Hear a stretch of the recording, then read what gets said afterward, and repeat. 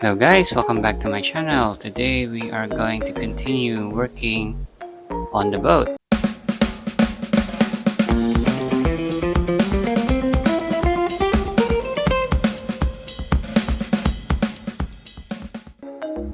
So we are doing polyurethane foam. This is a closed cell foam, guys. So I went to order online because my local store was very expensive. It's 3 times the price.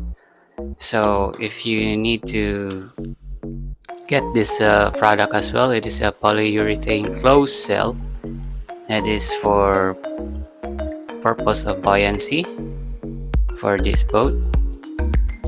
As you can see guys, I'm mixing this without any gloves, without anything. This is my first experience with this kind of material, and it's all over my hand, and it is very stinky, very smelly stuff. So I would advise you to get your protective gear. This time guys, I make sure that my son is out of the area before working, because the foam was really having a strong scent. The mixing was I would say around 30 seconds. If you mix it, it will start to rise up. Plenty of time actually. You just have to, how do you say this, in time you will get used to it, but more or less around 30 seconds is going to be your time limit for this kind of foam. So the other thing I noticed is that if you mix small batches, it's actually more wasteful to mix small batches. So I would advise you get bigger mixing bowl. Maybe if I would do it again, I would put around 38 ounces. That is part A and part B. In the middle compartment, and then around 16 ounces on the sides. So that way I just pour in one time and then probably cover it up so that it will go with the shape of the boat here. So this here guys is my first attempt, so it's not I'm having a lot of mistakes here, but as I go along I was able to adapt to it, and it was much more easier compared to the first ones. So it's pretty straightforward guys. You just mix equal amount, get a big enough container, you know, this stainless steel bowl that I am using. So after you use it, of course the foam will stick into the side of the bowl, so I just scrape it up and then reuse it again until finally we are done with this foam. And I feel a little bit more safe because of this foam. Some would say you don't need the foam will get soggy in the water. So I think guys,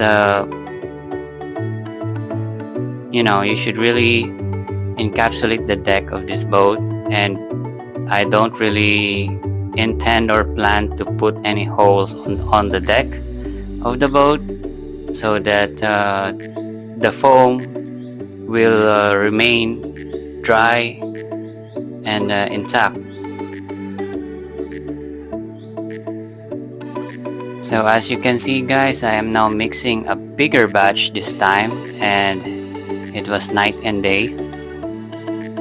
And like I said, if I would do it again, I would probably go with a bigger mixing batch, you know, rather than mixing it with 1 cup, 2 cup.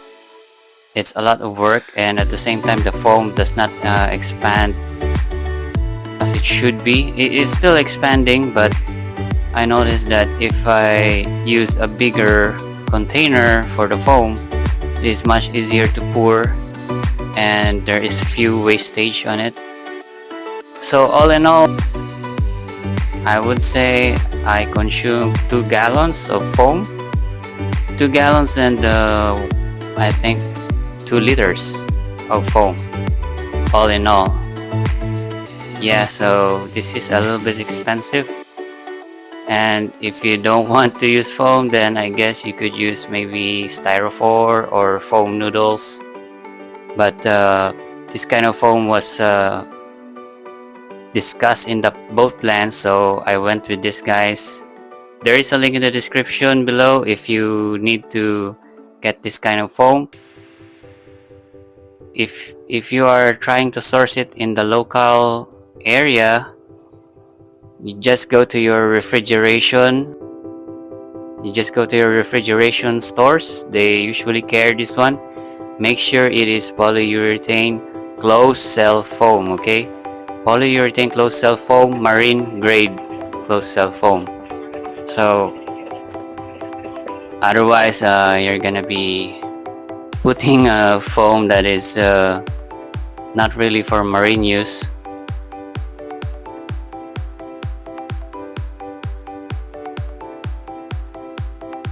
So it is pretty straightforward, guys. You just mix it, then you pour it, and then after this we are going to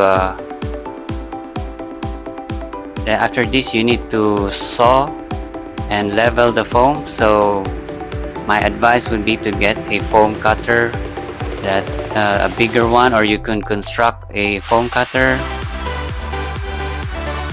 I didn't really have the time to build another foam cutter, so I just use my saw. But really, to make things easier, foam cutters are really the way to go here. So as you can see, there's also some waste when you cut. I don't know if you can reuse the foam. Maybe you can reuse it as a base, but to put it on top is not recommended, because when we put our deck, guys, it needs to be flat. So any bulging of the foam will really affect the quality of the deck. So I guess this is it for this video, guys. I'll just keep it short, and our next video will be how to put the deck on top of this foam. Thanks for watching, and I'll see you on the next one.